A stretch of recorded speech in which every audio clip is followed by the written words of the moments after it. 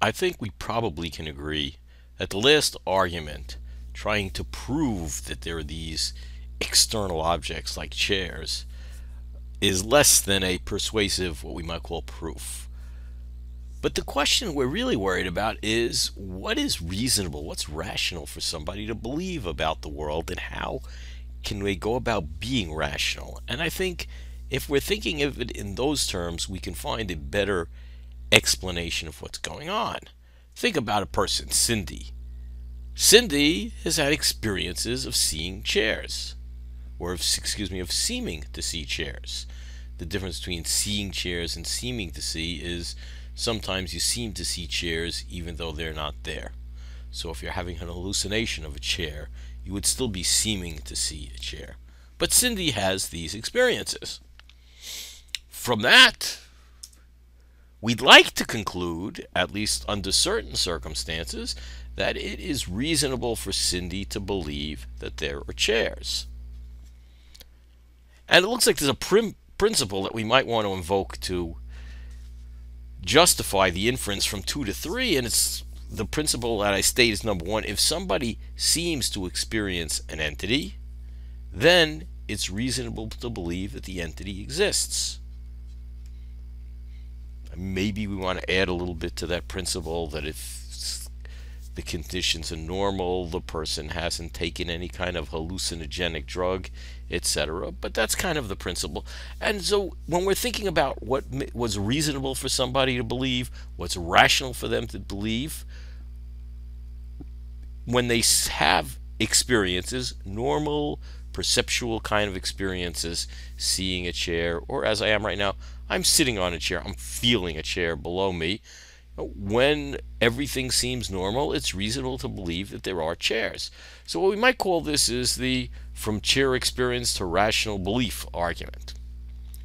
And in general, it looks like this is going to be the kind of argument, or maybe you don't like the idea that it's an argument, but this is the rationalization. This is what explains under what conditions are we reasonable in believing that our experiences are based on reality. That is, my chair experiences are based on there being chairs in the world.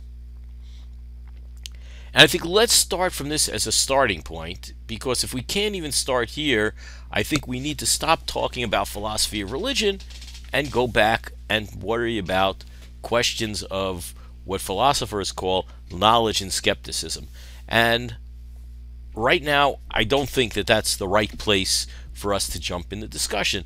So we can at least say, yeah, in general, if her perceptions are normal, if the experiences are normal, nothing wacky's going on, the fact that Cindy seems to be seeing the chair makes it reasonable for her to believe that there are chairs. Now, the next question that we probably want to address is, okay, so if it's reasonable for Cindy to believe that there are chairs, and let's say you and Cindy come from a country where there are no chairs, and Cindy's talking to you on the phone,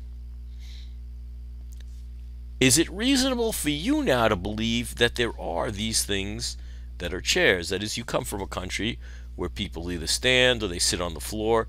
There are no chairs. And you and Cindy come from the same place, and now Cindy is over here in the United States sitting in a chair, experiencing a chair you don't.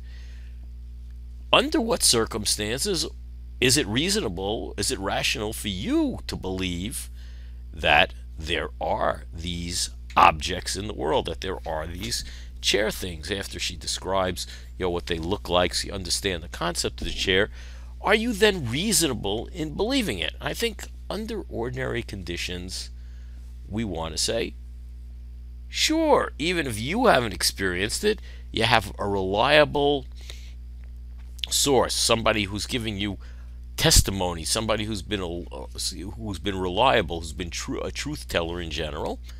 It's reasonable for you to believe, based on that person's testimony, that there actually is something in the world.